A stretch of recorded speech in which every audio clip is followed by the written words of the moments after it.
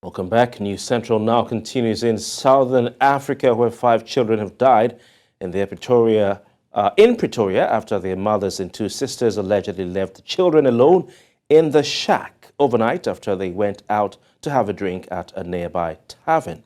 Now, this happened early on Sunday morning after several shacks caught fire in an unofficial settlement, according to the Shaheda Emergency Medical Services. After the fire was put out, the 5 children's burned remains were discovered in the remnants of one of the shacks. The victims were 3 boys aged 2, 4, and 6, and 2 girls aged 1 and 7. According to reports, their mothers and two sisters left the children alone in the shack overnight, as we earlier said. The mothers were arrested by police and are being questioned at a local police station. The circumstances surrounding the cause of the fire is still under investigation. Director of Teddy Bear Foundation and Clinic for Abused Children, Dr. Shaheda Omar, joins us on the news from Gauteng in South Africa for more on this. Dr. Omar, thank you very much for your time despite the fact that it's under very sad circumstances. Perhaps let's start this way. What was your first reaction when you heard about this very, very sad tragedy? We know it's not the first time we have had of children being left alone in the shack, getting burned. So what came into your mind after you heard this? Yes.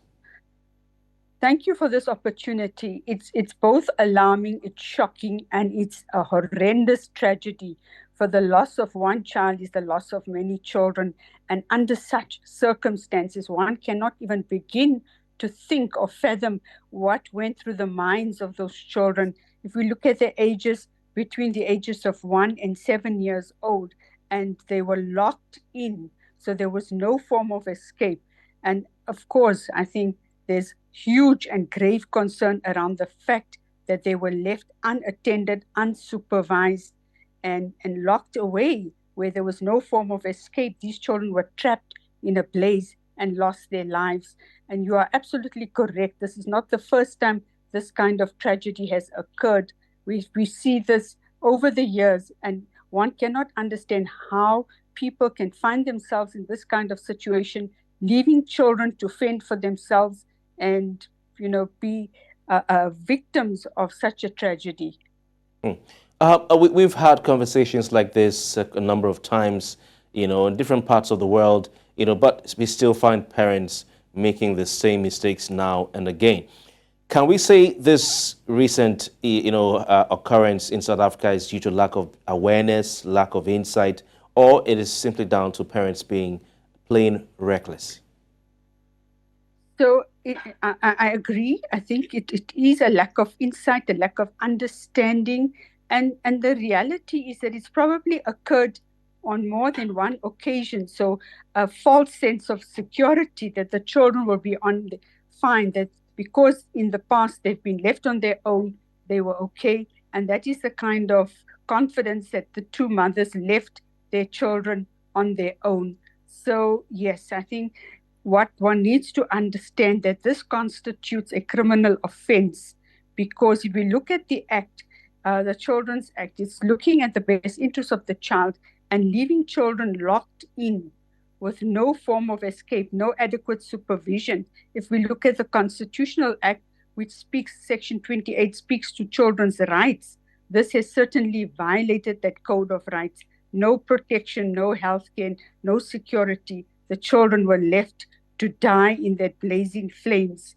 So I think if we understand this clearly, that the mothers were certainly negligent, they were reckless, but one also needs to look at the other side of the coin. We cannot justify or condone their actions, but one needs to look at the systemic flaws that we faced with.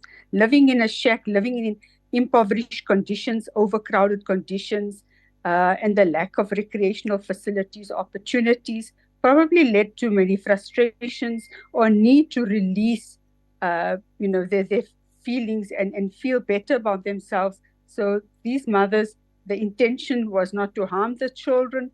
The intention was to go and entertain themselves and return to the children, thinking that the children would be left safely and would be all in one piece on their return. So what they've conducted here, it constitutes abuse. It is a violation. Unfortunately, these children have died, and it's a fate worse than death that the mothers will have to live with. Really sad one there, but we're grateful for your time. Dr. Shaheda Omar, I appreciate your time on coming on the news to talk about this very tragic story.